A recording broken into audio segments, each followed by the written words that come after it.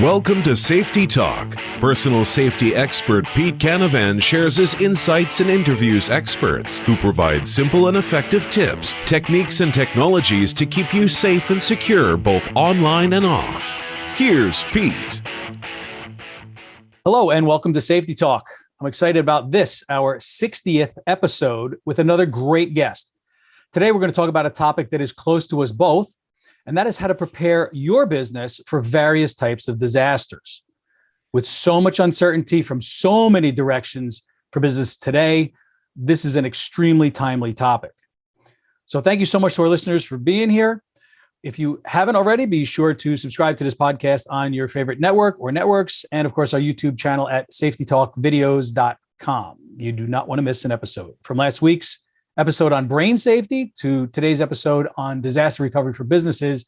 If it's related to safety, we get the latest experts on their respective topics and bring them to you, our valued listeners and viewers. We appreciate you helping us spread the word in your social circles. So I'm your host and safety sensei, Pete Canavan, and my guest on this episode of Safety Talk is the founder and CEO of Hytropy Disaster Management.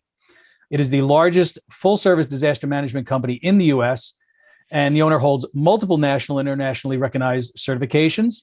He has extensive experience working in the public, private, and nonprofit sectors in disaster management recovery, from small businesses all the way up to Fortune 500 companies, including Google, Merck, and others. So it's my pleasure to welcome Patrick Hardy of Hytropy Disaster Management to Safety Talk. Welcome. Thank you, Pete. I appreciate it. And congratulations on your 60th episode. Thanks, man. It's hard to believe. I remember number 6. But you're at 60. It's gone quick, and the great guests make the episodes fly by. We have some great content, great things. If you haven't seen other episodes, I encourage you to check them out, or other listeners, check them out, because we got a lot of ground to cover today. So much to cover. I know you guys out there are going to be intrigued by this episode. So, the world is turning more dangerous and disaster prone every single day. It doesn't matter if it's, environmental threats or biological threats or international cyber attacks. It pays to be prepared, and you'll pay dearly if you are not. So let's start, Patrick, by letting our audience know a little bit more about your background and how you got interested in safety, and ultimately sort of what led you to this point. Well, it's a very strange story. I actually was when I joined the swim team in high school. That's really where it all started, strangely enough. Oh, way back. Way back. Yeah, I was in high school. I was a swimmer. A bunch of the kids said, because I was on a competitive swim team, and they said, well, we're all going to go out to be lifeguards. And so I said, okay, I'm going to go do that. So I tried out to be a lifeguard. I made it, and I was a lifeguard. And then a bunch of the lifeguards said, we're going to go be EMTs. So I went and I became an EMT, and a bunch of the EMTs one day said, we think we're going to become medics. So that's what I did. Wow. And then at the same time, I was getting a college degree, and I decided right at that time, there was Hurricane Katrina. And that's when I decided that I wanted to do something that was going to make a difference, because I studied political science. And one of the things I realized was that all my college friends who were in political science with me were finding some kind of a cause that was important to them, either eradication of nuclear weapons, or they were worried about genocide, or they were worried about global famine. And I just didn't have one of those. Right. And then right after Hurricane Katrina happened, I said, that's it. That's what I want to do, because I know there's a better way of doing this. So I wrote a letter to the governor of Louisiana, and I said, I'm a 4.0 student. I'm graduating valedictorian. I've done this. I was an EMS professional, and I would like to do emergency management. And weirdly enough, I got a phone call, and they said, we've never heard of anyone sending a letter like yours before, wow. But we would love to have you come on the team. Here's the deal. We'll give you a place to live. We'll give you a car you can drive. We'll give you all the, you'll get room, board, food, everything. But you work for us 80 hours a week. And we'll give you $1,500 a month. How's that sound? And I said, absolutely. And during that time when I worked in Louisiana, say again? Not a bad gig to start out with. It wasn't. It was a wonderful experience. I lived in Louisiana. I got to experience it in the years after Hurricane Katrina. I got to see, because it was clearly a seismic change sort of a paradigm shift in the way that emergency management was going to occur and the way that people were going to do policies and procedures and practices. And I said, this is something that I need to be there for. So I was there, and I met some wonderful colleagues, and I have a great affinity towards Louisiana. Wow. It's almost like that was your internship, man. Like, that was like the first thing that got you going. And what better place to get your feet wet, unfortunately, and figuratively, and not even figuratively, for real, right? Feet wet. True. Is in Hurricane Katrina. That's unbelievable, because I mean, we all know what a huge disaster that was.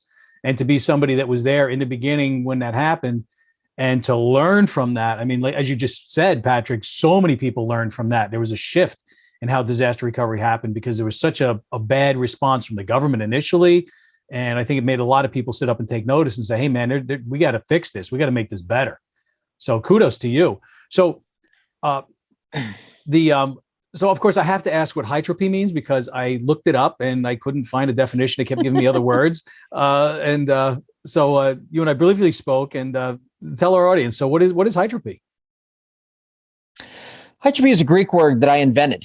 Hy means to grow, tropy means to change. So it means to grow through change.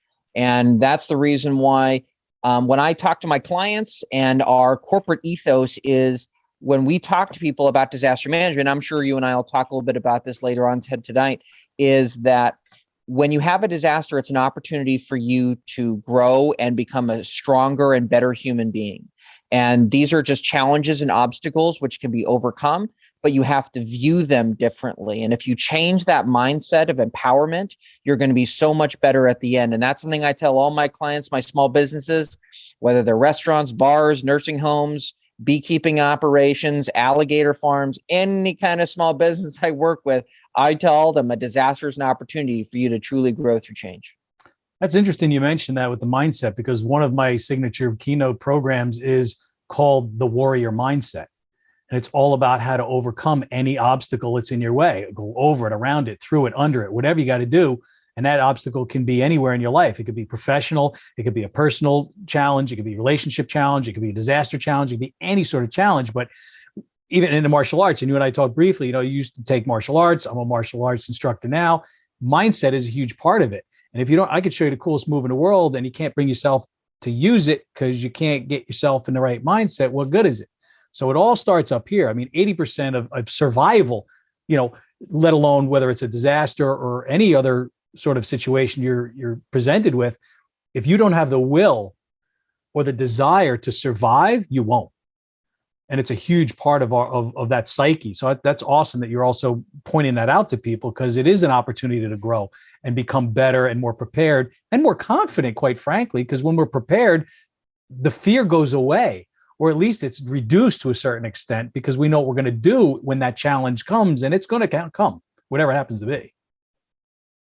Yeah, our culture tends to reinforce the message that we all need a hero, that we need somebody like The Rock or some person on TV who's going to come and save us and rescue us from some disaster or other. And I teach people, you can be the hero of your own story. You can do that. There is a way to do it. This is not a mystery. There are ways of doing it, but you have to fundamentally shift the way that you are thinking about responding to an emergency. And for some, that can be very difficult. Because they've done things a certain way, or they're so used to having a disaster become a certain result that when you try to change that, it becomes very difficult. And even in martial arts, when I was a martial artist, I was very young. I was a white belt, I was a yellow belt, I was an orange belt. Those are the critical belts. That's the thing I tell people. When I got my black belt, they would say to me, what were the most important belts? Looking back, and I say white, yellow, and orange. Sure, because you're building those are that the foundation. Exactly. It's the foundation of how do you get into a stance? How do you do a proper kind of punch? How do you do a proper kind of kick? How do you do proper technique and movement? Because if you don't master those things, then when you get into the higher levels and you become, a brown belt or a black belt, then your fundamentals aren't as strong. And therefore, the more advanced techniques are less effective for you. In fact, in many ways, they could actually be counterproductive for you when you need them the most. Sure, like if you lose your balance because you haven't properly trained, in that regard. So yeah, lots of things. So good analogy. I use all the time the martial arts and emergency and disaster preparedness, because it's about survival essentially. Just you're looking at it from through two different lenses. But essentially, they're both focused on the same thing, even though you're looking at it from two different perspectives, and in many different perspectives when you look at all the different types of challenges and disasters that people can face. So that's kind of a perfect introduction to one of the questions I want to ask you, which is, what are the kinds of disasters that you prepare people for and that Hytropy prepares people for? Well, one of the things I tell people is I say, if it's a disaster to you, it's a disaster to us. And one of the things that strangely enough happens, and I'm going to give a little bit of a funny example, which was one night, I have a 24/7 emergency operations center, which is like a customer service center when people are having an emergency. And we had a business call at about 2:30 in the morning. And one of my customer reps picked up and said, "So what's the disaster?" And they said, "The internet went out at the campground." And everyone's calling, "What are we supposed to do? The disaster plan doesn't cover what we're supposed to do if the internet goes out." And we were trying to figure out how to get their internet back on because they thought it was that important, because they were saying people are trying to stream the final episode of Game of Thrones. And I turned to people, I said, "I didn't realize it was that important to people." And they said, "Oh, you have no idea, Patrick. You got to watch more TTV." But one of the but traditionally, disaster preparedness generally categorizes disasters as follows: natural disasters, which are things we all know about, earthquakes, volcanoes, fires, tornadoes, hurricanes, violent thunderstorms, that kind of thing. And then there's technological disasters like transportation accidents, hazardous materials spills. Mm-hmm. You have utility outages, and technological disasters can accompany natural ones. Obviously, after a hurricane, I've been through many of them. Obviously, you have issues regarding the civil infrastructure with utilities that go out. These are obviously a huge deal. And then the last type, and you and I were discussing this a little bit before we began, is about security emergencies. And security emergencies really go into two groups.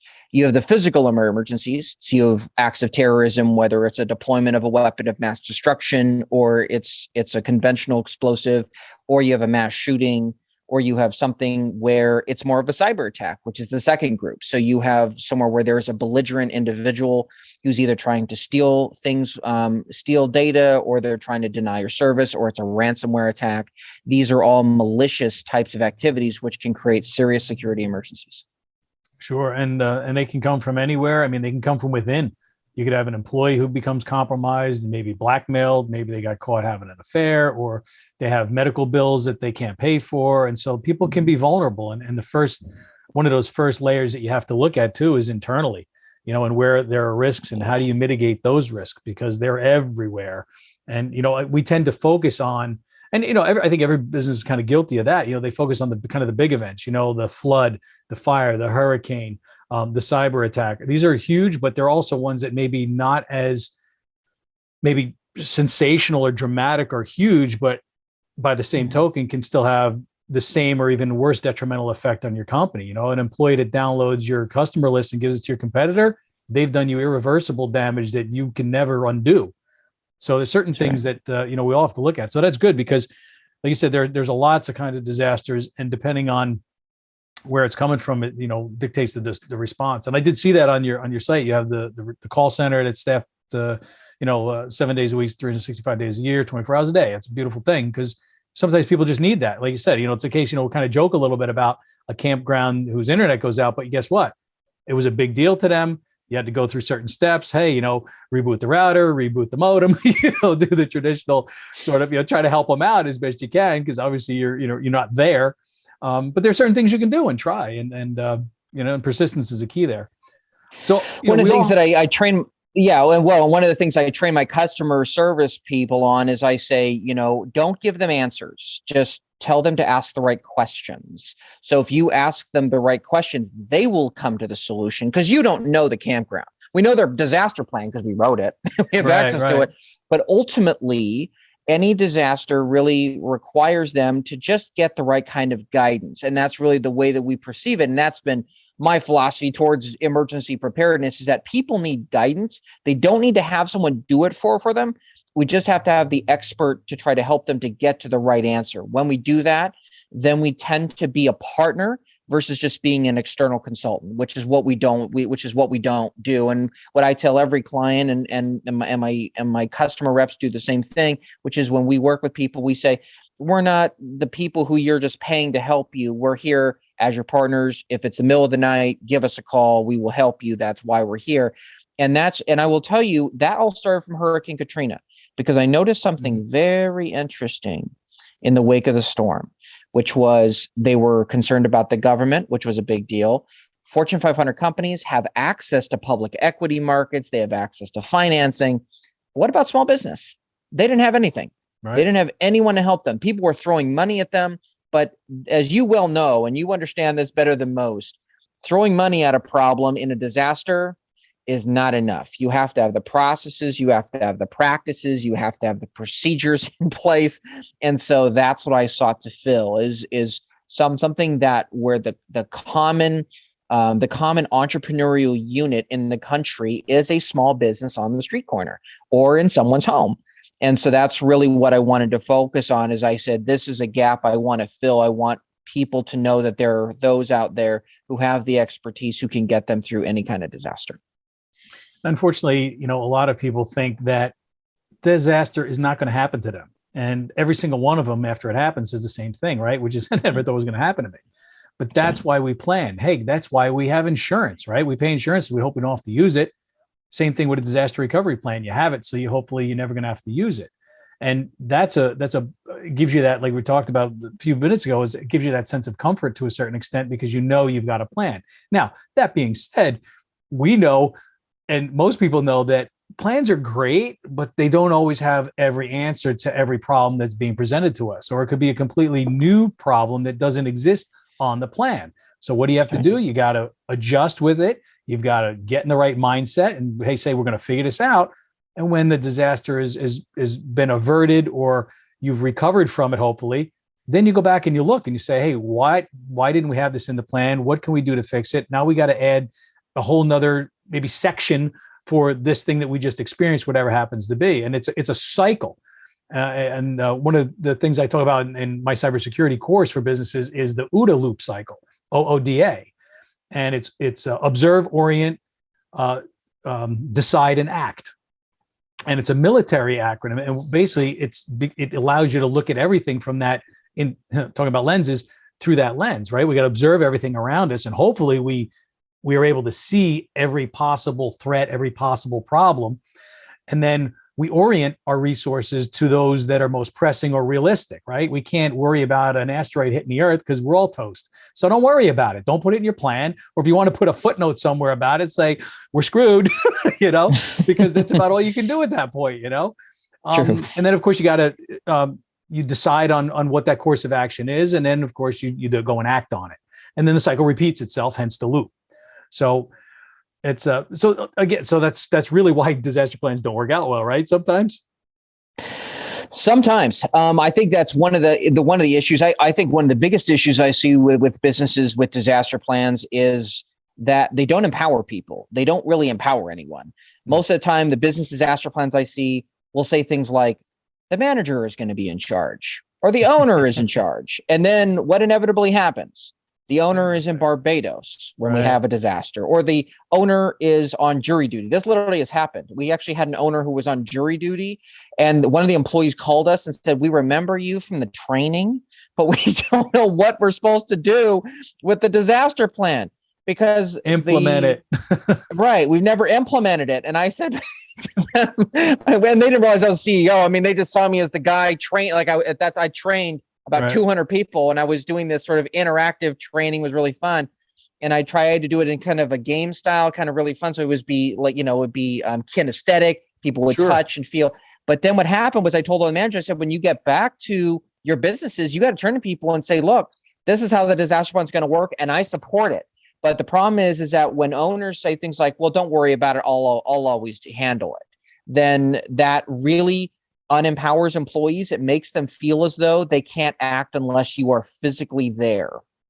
And it becomes a very serious problem for employees, especially ones who are more junior or people who may have their English may not be great, or they may not feel operationally comfortable, and yet they're expected to do things in a disaster. And even I've seen this even with experienced management teams in Fortune 500 businesses where I've run drills, and I would isolate a management team and I would say, okay, guys, you're going to do the disaster. And they'd say, okay, I'm going to go call so-and-so. I go, phones are out.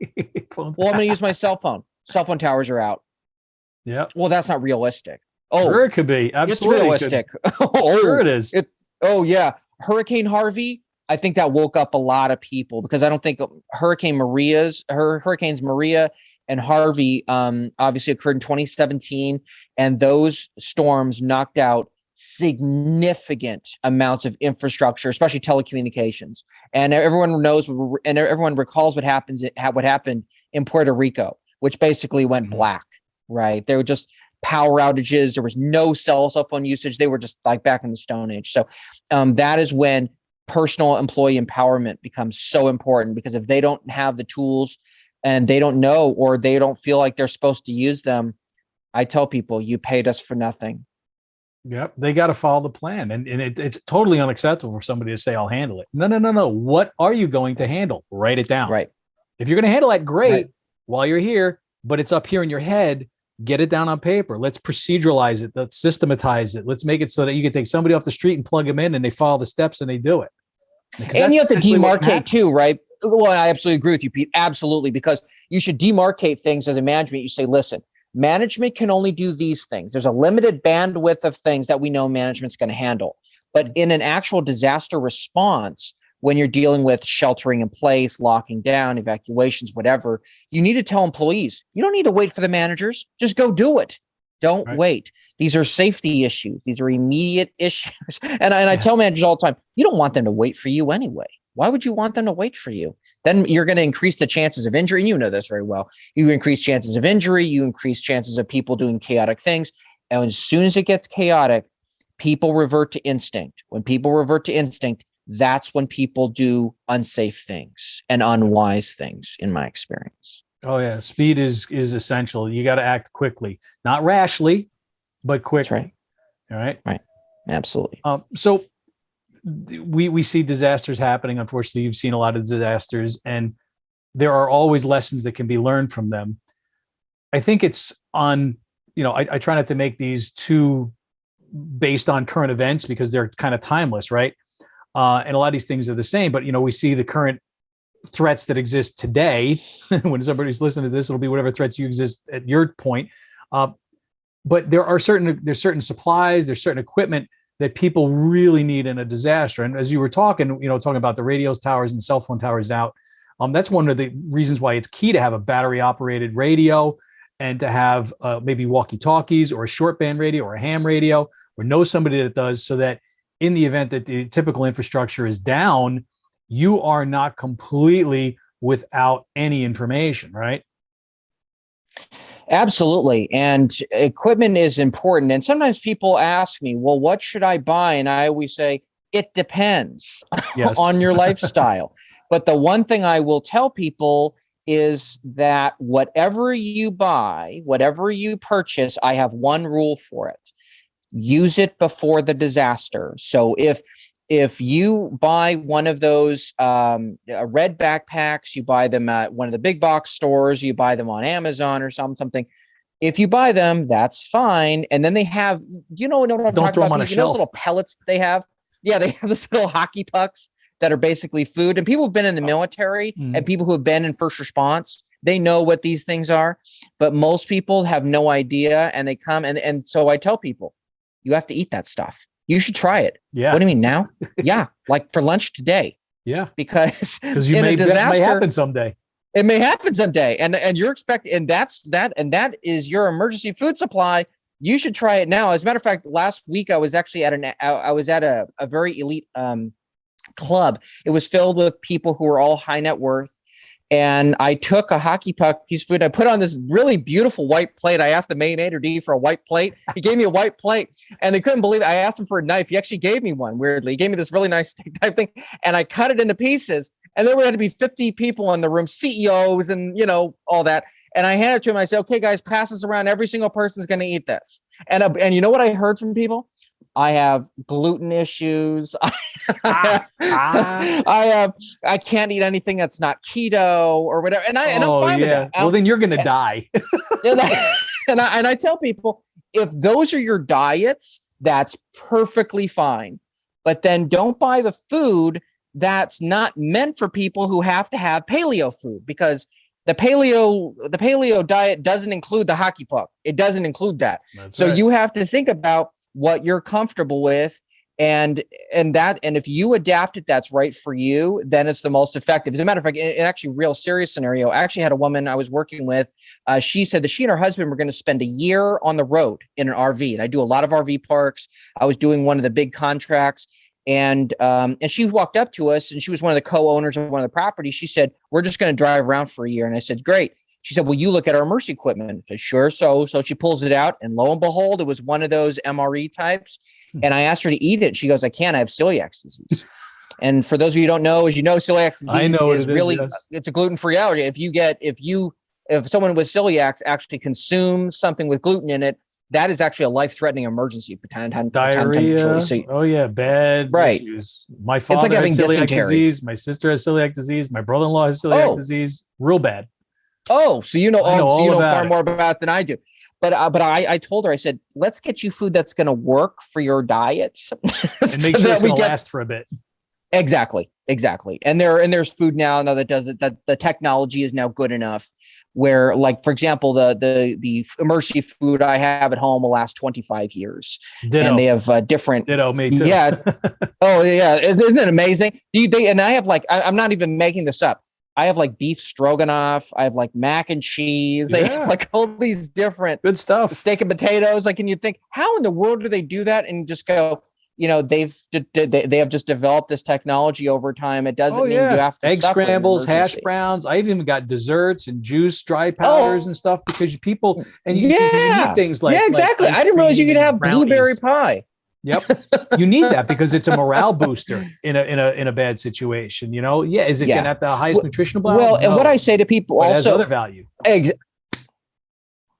You're thinking on the exact same line, Pete, which is you have to have something to keep your morale up. And if eating good food is a way to do that, is a way of maintaining a sense of normalcy and making you feel as though you can be confident going forward. So I think you're absolutely right. Yeah. I've made my family freeze-dried spaghetti and meatballs, and they didn't know. They were like, "You made dinner tonight?" I said, "Yeah." And I didn't say anything. And they all ate it. And hey, that was pretty good. Dad, you should cook more often. And I started laughing. And they're like, "What are you laughing about?" I'm like, I go to the cabinet and I pulled out the freeze-dried meatballs and pasta. And they were like, "Wow, really? That wasn't that bad." And I'm like, that's the point. You guys make fun of me because I buy some of this stuff because I want to make sure that, God forbid, we need it.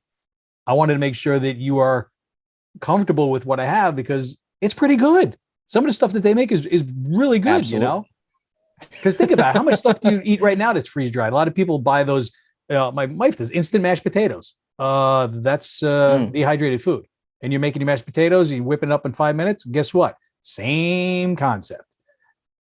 Exactly.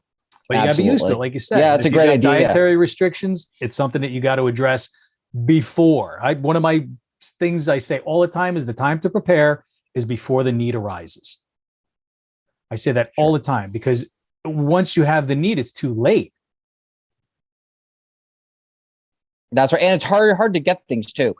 That I don't if you've ever been through a hurricane or you've ever been through one of these predetermined these sort of what we call forecasted disasters, which occur, I lived in the Southeast for many years. Mm-hmm. If you go, just before a hurricane is going to land, when it's about 72 hours out, that's when people rush the grocery stores. That's when the shelves look empty. That's when it starts to look like a third world country in various grocery stores because people buy everything. You can't purchase anything, and they just say we're gonna milk bread eggs, eggs. And I right, yeah, milk bread eggs. You go to stores like, really? There's no milk. Actually, this is really interesting. When I was when COVID happened, I was in Harrisburg, Pennsylvania. I was on speaking tour. Oh, you're down the road from me, when man. COVID, I'm 2 hours north of there. Oh, you are? Okay. All right. Great. Yeah, I was in Harrisburg, and I was on some local television shows and things. And so I stuck around Harrisburg for about 3 weeks. And one of the things that happened was I decided I got to go there because I was at an Airbnb. Okay. And so I said, okay, so I got to go to a grocery store. So I go to a grocery store. I'm not making this up. The produce section there was tons of produce, fruit, vegetables, all kinds of things.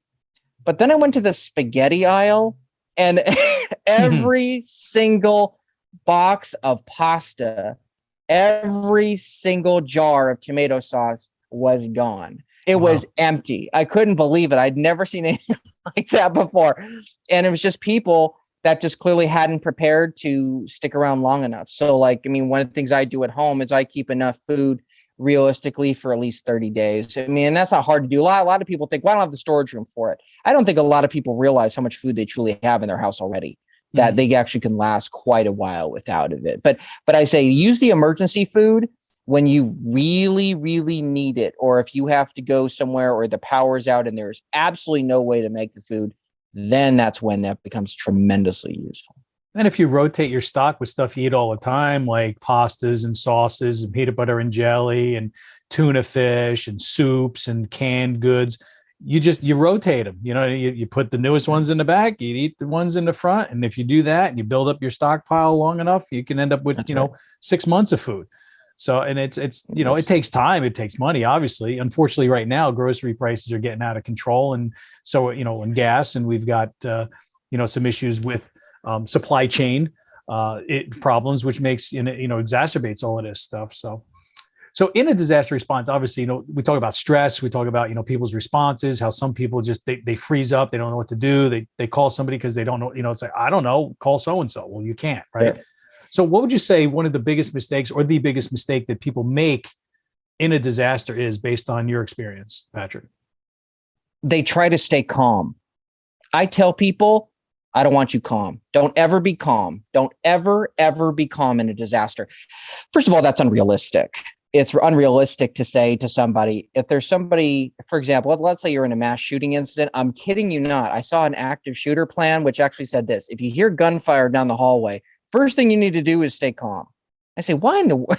Nobody is going to be calm in that situation. I'm an experienced disaster plan. I've worked on an ambulance in some very dangerous places where I heard gunfire, and nobody is going to be calm. What I tell people is I want you to be focused. That's what I want you to be. I want you to have a focus. And in martial arts, that's one of the things that we really do. In fact, one of the things that when I was a young martial artist that I distinctly remember is that at the beginning of our workouts and at the end of our workouts, we used to meditate. The sensei or the instructor in the beginning, he would have us meditate for about 1 minute in the beginning and the end. And I used to ask him, I remember being 12, 13 years old. I remember asking him, Sensei, why do we do this?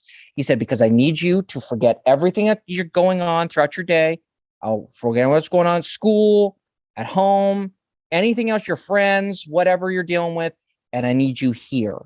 And that's what I tell people is your biggest mistake. If you're trying to force yourself to be calm, what'll happen is that you will panic. That's what ends up happening. And in EMS, I used to tell this to people. When I would see people who were severely injured and they would try to be calm and force themselves to be calm, I would say, no, don't be calm. I want you to focus on something in the room. And I just want you to look at that and focus on that. Let me do the work. I'm at work here. You just focus on that light up there, or you focus on that thing over there. Let me do this.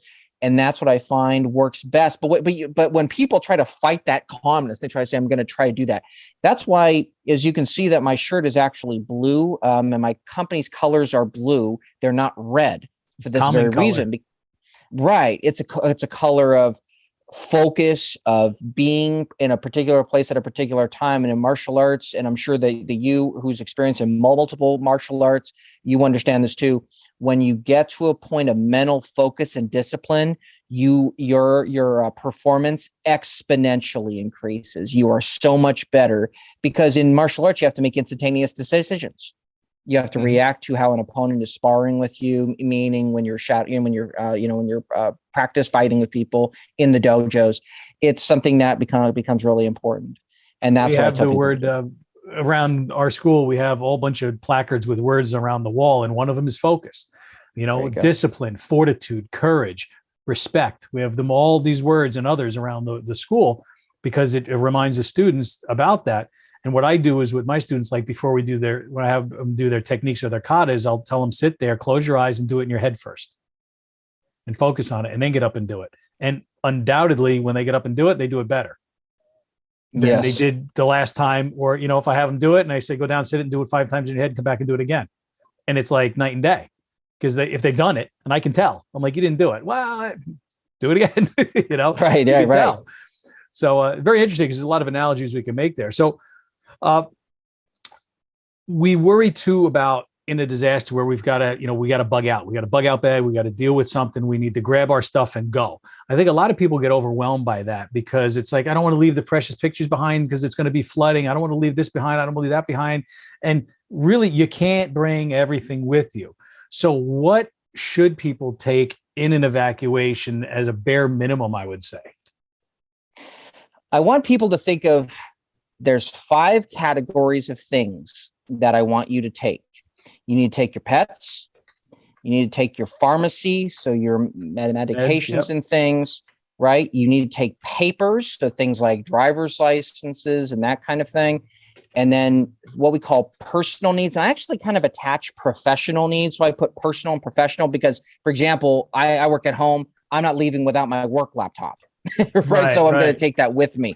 So personal items that are important to you, and then priceless items, which are things we all know about, right? Which are photographs or keepsakes or things that we cannot live without. And those are all the things that I tell people, if you focus on those 5 categories, then you'll never really go wrong.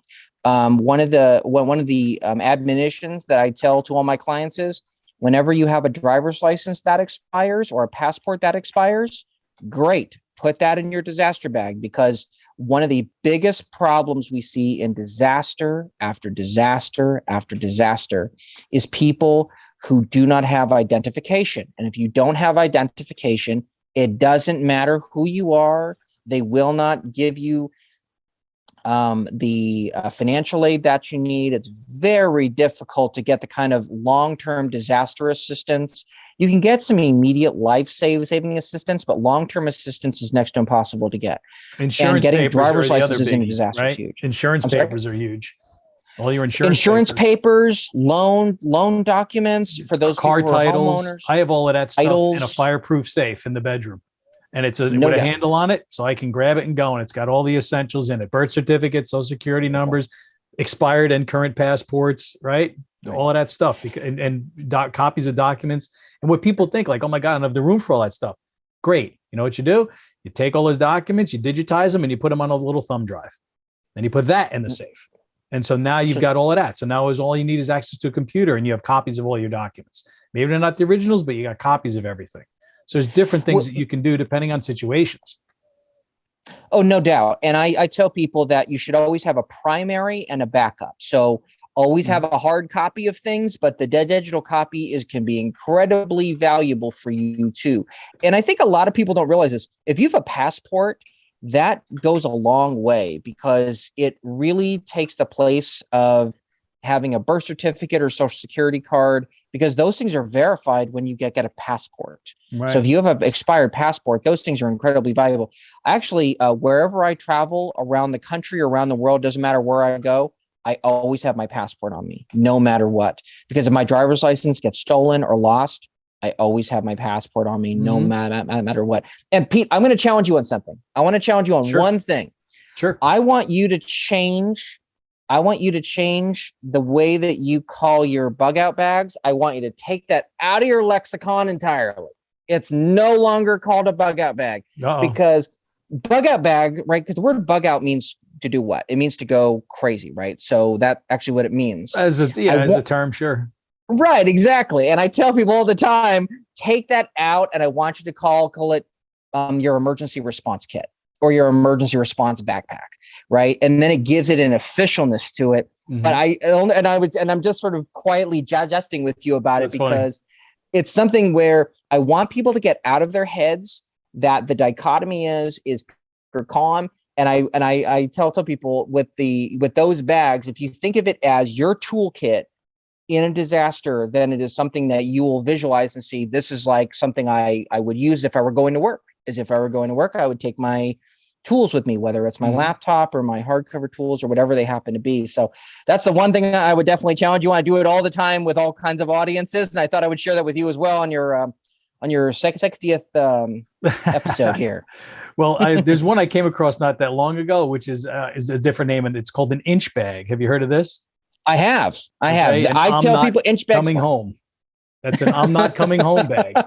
So there's all different names for it, but that obviously would encompass stuff where I'm not coming home, man. I got to grab everything and anything. So yeah, different names for it. But yeah, I understand why bug out people would be like, oh my God, I got to bug out. I'm bugging out already. I got to bug out with the bug out. So that's funny though, but it's true. It's absolutely true. You try to make every little detail of a disaster positive and give it that positive spin. Whereas I can definitely see that's one of those areas where a lot of people don't think about it. They think I got to get my bug out bag because I'm bugging out. Oh my God. Right. And now that's in the back of their head where it's like, I got to get my emergency response kit. It's a little bit more sane, more professional. Right. Right. And on top of it it's not even, the positivity is great. I don't like all the doom and gloom stuff. I think there's way too much of that going on. But I think of it as like something that's really empowering for people too. Because my entire message I tell people is there's no disaster you can't handle, whether it's an interpersonal disaster like losing your job or losing the internet, because you want to see the last Game of Thrones. Every single disaster you can handle, no matter what. And so even you're absolutely right. It's the little things that I chip away at with my clients, and I smooth it out. So I say we've got a single empowerment message for you. So that's something I think people could definitely use. Yeah, absolutely. So I got a few other things we want to talk about, but what I want to do is for those people that are watching on the YouTube channel, I'm sharing my screen right now and I'm bringing up your website. You should be able to see that, right, bud? I can see it. See it? Okay. So this is Hytropy's website. I went over this today. I was taking a look through it. You got a lot of great information here. Sure. But essentially, you've got different disaster plans that you have where people can select the industry that they're in, the type of plan they're looking for, the threat plans, emergency supplies, et cetera. And so you're kind of like, you're giving them a whole bunch of really good information here. So I was playing around with this. And if you go to the disaster plan, you can actually pick your industry. So different. Scroll to the very top. Yeah, scroll to the very top. Scroll to the very top. Mm-hmm. All right. So go ahead and scroll over the word services. Yep. All right. You see where it says RV parks? This should be one that's, if I'm looking at it. Okay. There's RV parks, campgrounds, and glamping. Why don't we click that one? Okay. So see that? And then this is what we do. And as a matter of fact, our emergency equipment line is coming out in April. So we're really excited about it. April 6th. Nice. We're doing something that no one has ever done before with emergency equipment in the safety world. Instead of buying emergency equipment, you can rent it. So we will maintain the disaster equipment for you indefinitely. So no more, items are expiring, no more worried about dusty disaster stuff for supplies or whatever happened, all that. We maintain that for everybody. So we really take that to heart because we believe that disaster preparedness is more than just plans. It's more than just equipment. It's really an entire solution. So it's really important that people kind of see it that way. And this is one of the best lines that we have. So we work with a lot of RV parks. Go ahead. My only question on that would be, if I had the equipment, how does it get to me in the middle of a disaster? Well, they will rent them from us beforehand. And so what we do is that so when you see something's maybe coming. Right. Or even beforehand, I rent a lot. I know that we're going to rent a lot of equipment. We have a lot of pre-orders already from businesses who say, I would love to buy a bunch of backpacks for my management team, but it's too expensive to buy them. I go, why buy them? I will rent them to you at a fraction of the cost.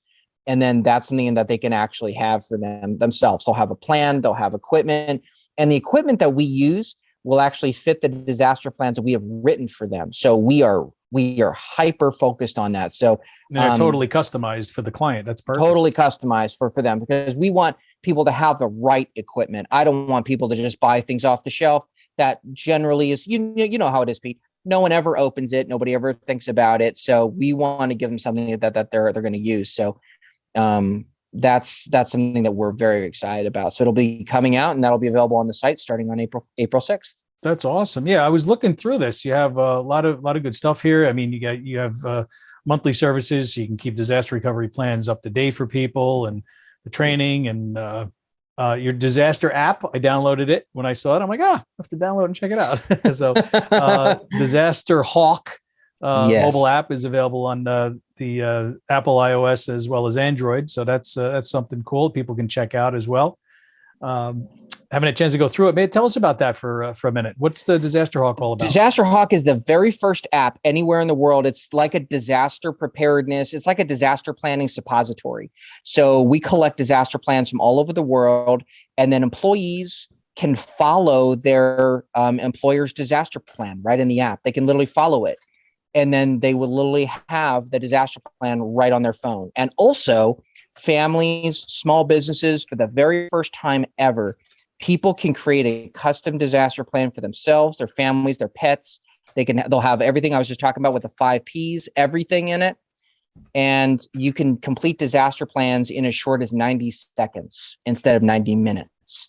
It just asks you a series of questions. It helps to fill it in for you. It gives you a custom plan and gives you access to all kinds of plans. And we just recently launched it. So right now we're just kind of in a collection phase. We're putting so many things together. But we're very excited about it. We do a lot in the modular industry, for example, with like mobile home parks, where mobile home parks have a disaster plan, and the residents, no one's going to keep a written disaster plan with them. Nobody's going to do that. So we say, no problem. Just follow it directly in the app. And then that's where they'll be able to access it. I know some people that own a bunch of mobile home parks. I'm going to have to talk to them about it. Absolutely. And I downloaded put their plans right on the app. Yeah, I'll have to look at the app, and I'll have to go through it, because you say you just rolled it out. I'll have to go through it and let you know what I think of it, because I'm sure if it's got half the stuff you got on your website, I know it's going to be great.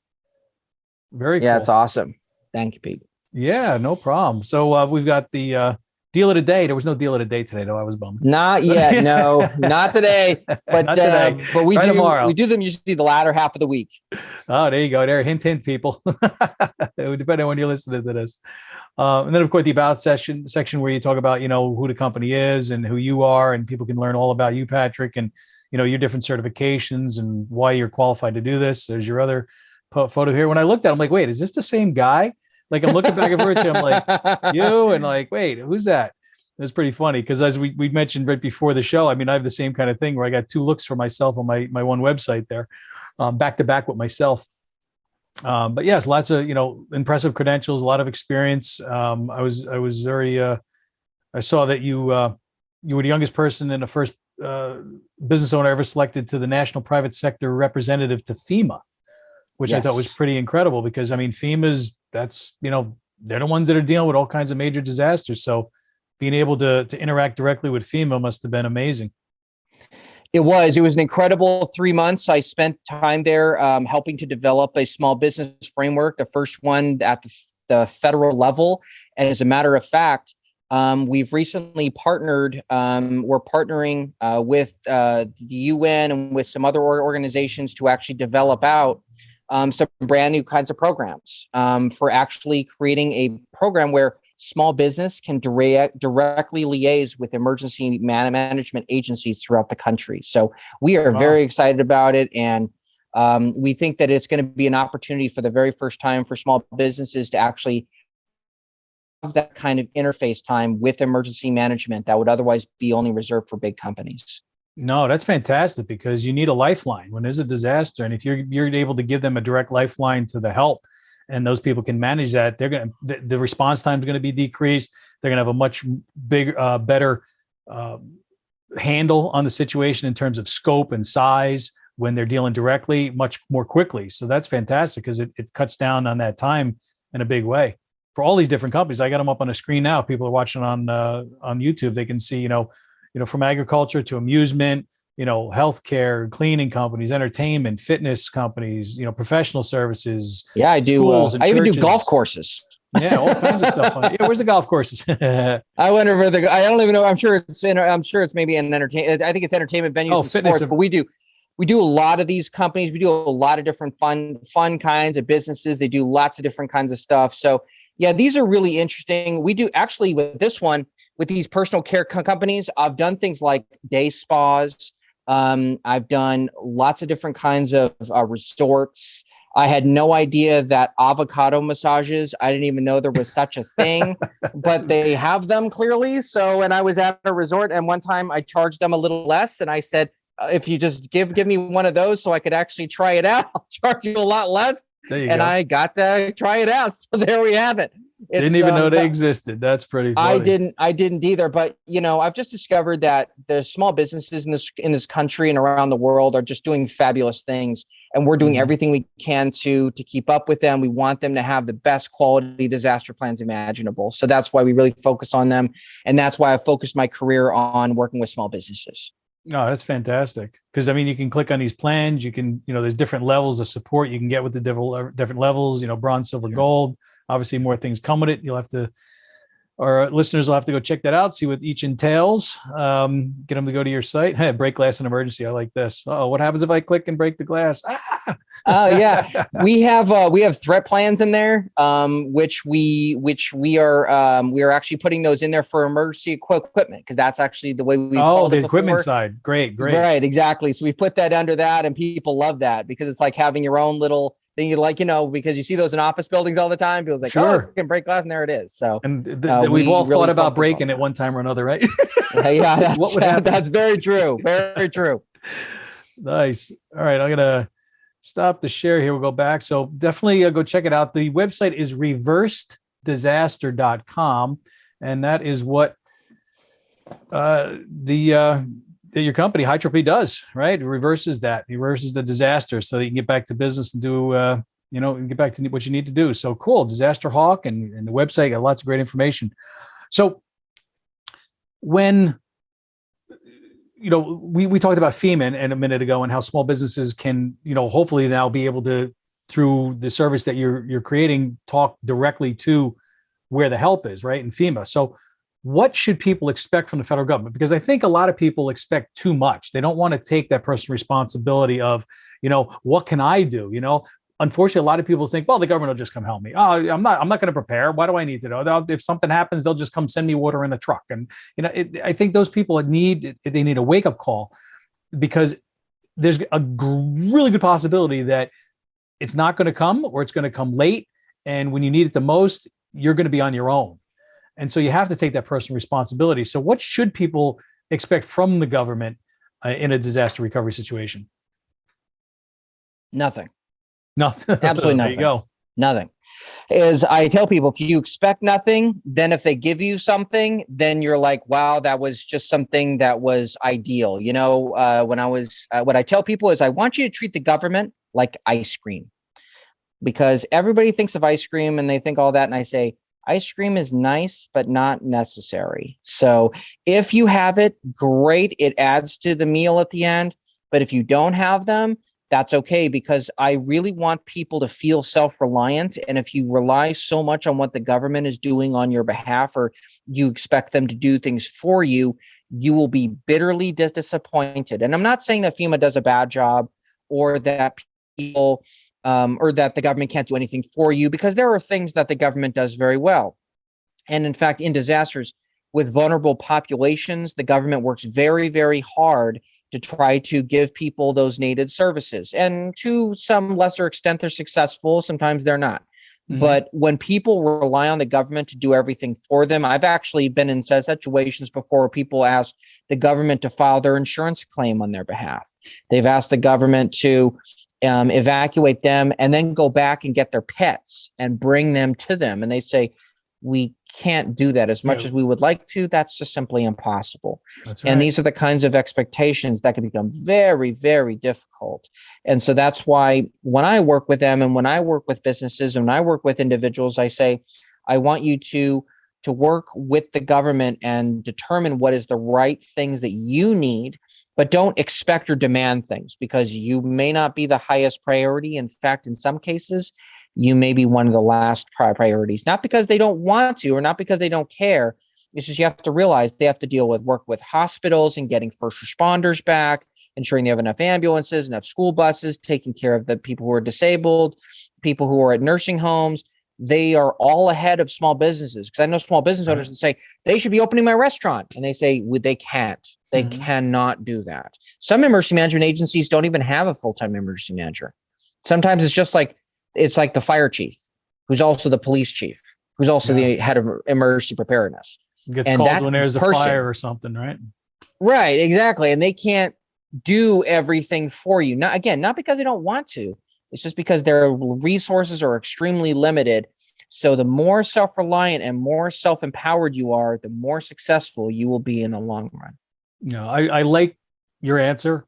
Nothing, because anything is a bonus that you do get. If you don't rely on anybody but yourself, your company, your employees, your plan, your resources, those that you can rely upon, that your family, whoever, that's who you've got to focus on and figure out how you can survive whatever happens to be coming down the road. Because, it could be a lot of different things, especially in terms of natural disasters, where you live in the country or in the world. You live out west, you got to worry about fires and earthquakes, and, live in the central part of the country, you may need to worry about snowstorms and, being stranded somewhere, in your car, or, if a snow load breaks a roof, what do you do? So they're different depending on where you live. It could be a flood, could be a fire, could be tornado, it could be snow, it could be hail, it could be anything from Mother Nature, because God knows she can sometimes be a and is relentless. And Mother Nature, you can't stop her when she wants something to happen, and there are other disasters we have to worry about too. Like, we talked briefly about, cyber attacks. There's so many things that you can do there, but you got to prepare. You can't, call somebody and be like, what do we do? You better know what you do ahead of time. Otherwise, you're going to be picking up the pieces, and hopefully you're still in business when everything blows over. That's absolutely right. And cyber attacks are the exact same way, which is, I think a lot of businesses take the attitude of, well, the FBI will take care of it, or some other outside agency, or I'll take my stuff to Best Buy. And Best Buy, I've literally had it where people had a cyber attack and they brought their laptops to Best Buy and they'd open it up and there was a ransomware block. They're literally, I've never seen it. I'd never seen that before, but somebody literally put it up and there was a ransomware block. And we said, it's going to be kind of hard at this point. It happens at healthcare facilities. Oh yeah. And now with so many people working at home. I've dealt with Say it. again? Unfortunately, I've dealt with it with clients. Thank God, not much. But that's why you got to have everything backed up in multiple places, and use offsite storage, and do the things that you can ahead of time. So if something happens, all right, well, I had everything backed up. You wipe it, you reinstall, you download your data, you're back in business quickly. If you don't have that capability and you're not testing it periodically to ensure that it works, don't be surprised when you need it and it doesn't. That's absolutely right. And if you're trying to do it, and that applies to anything, it isn't just issues with cyber, it's regarding I was just going to say that applies to anything. Exactly. Emergency equipment, plans. It's like in the martial arts, you're doing a punch over and over again, and people say, well, why do we have to do it that much? And I say, because when you're in a real situation where you have to defend yourself, then it's instantaneous, because the muscle memory is already there. And when I do drills for disaster plans, I make them do it over and over and over again. They go, we have to do it again? I go, yeah. Why? Because in a real incident, you're not going to get a second chance. You got to do it by instinct. It's got to happen just like that. And if I can drill that into you, the rest of the plan you can train on later on. But the instantaneous things, the things that will save lives, protect property, and stabilize the incident, those are things you've got to do immediately. And those are the kinds of things that have to be instinct. Just like in martial arts, when you're first caught off guard, because it isn't like you're in the dojo where you've stretched and you've warmed up and you've meditated, you have your gi on, everything's all ready to go. Now it's like, okay, I've got my sparring gear on. In real life, when you're in a real altercation with someone, when you have a belligerent individual, you may be caught off guard, and as a martial artist and as somebody who would have to react instantly, those moments, the repetition becomes so important, because then that is what will protect you. And that's the tools and weapons you will rely on in a real incident, just like in a real disaster. Yeah, it's one reason why the military drills so much, because they make sure that the soldiers are trained for combat and they're trained to be instinctual. And you hear it all the time from soldiers in battle, like, why did you do that? My training.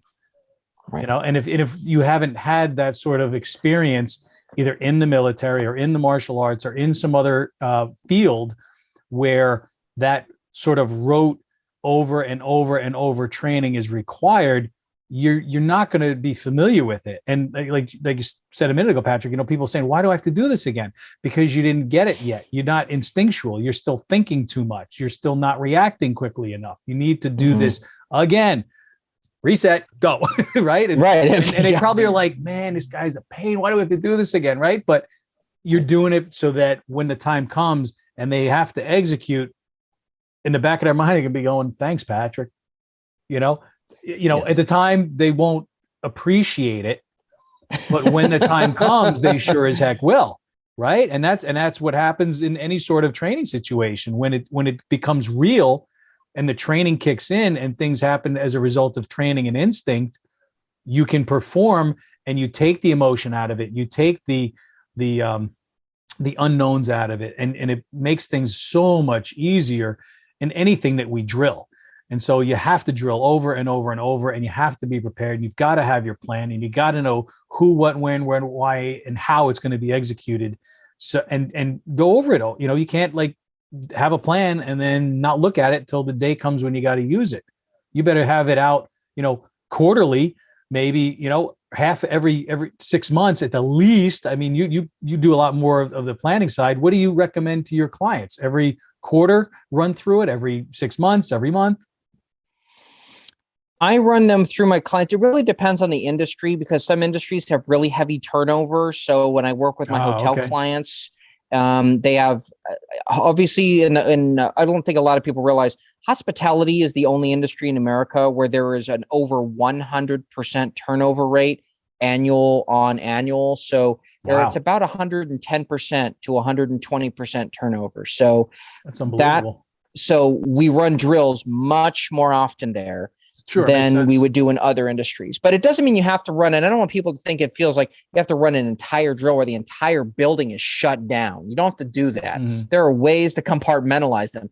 Other industries like healthcare, where you have to have much larger drills, I do those once a year. So myself or one of my exercisers will actually go out and they'll actually put up a drill, hurricane, tornado, mass shooting, whatever, and they'll actually run the drill directly in the facility. Yeah.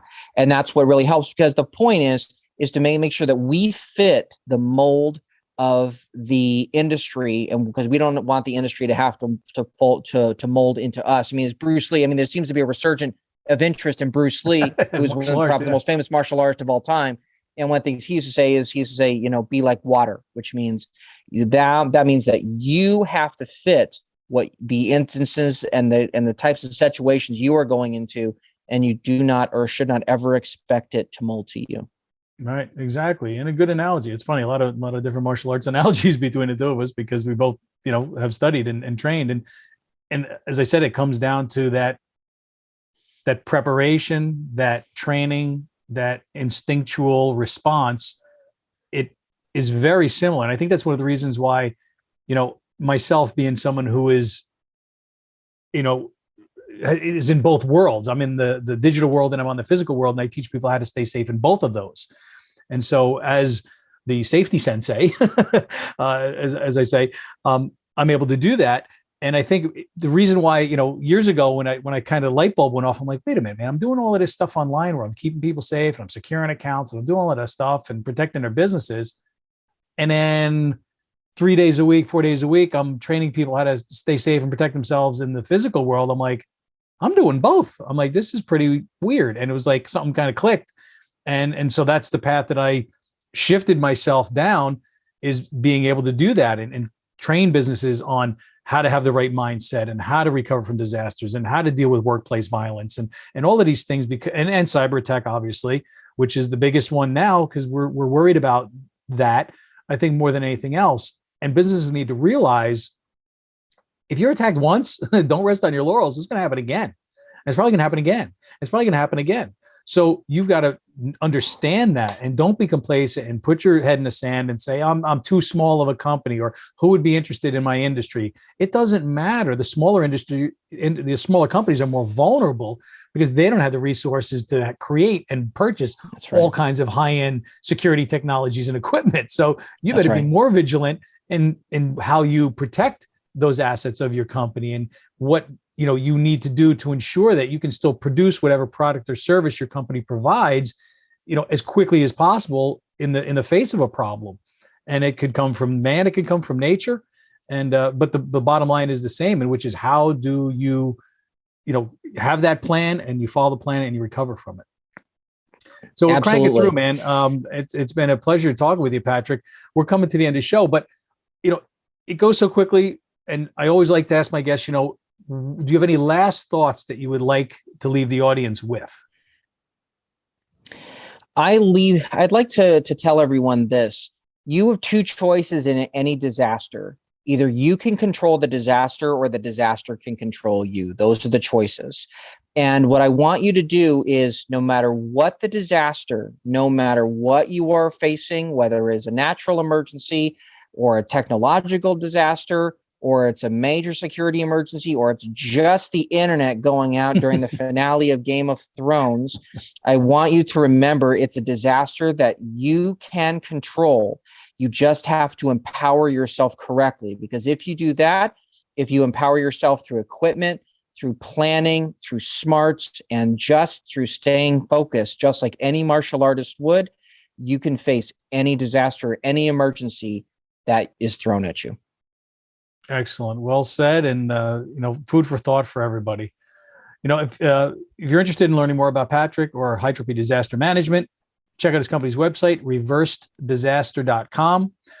You also find him on social media, America's Disaster Planner. You can search for that on LinkedIn, and you can find Patrick and his company there as well. I'll be sure to post those links below the episode when it goes live up here.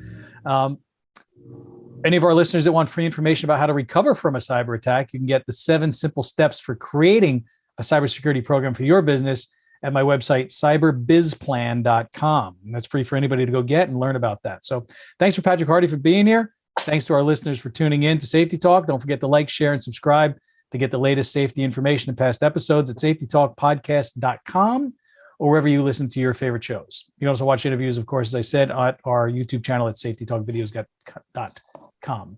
So until next time, everybody, Patrick, our audience, everyone, stay safe.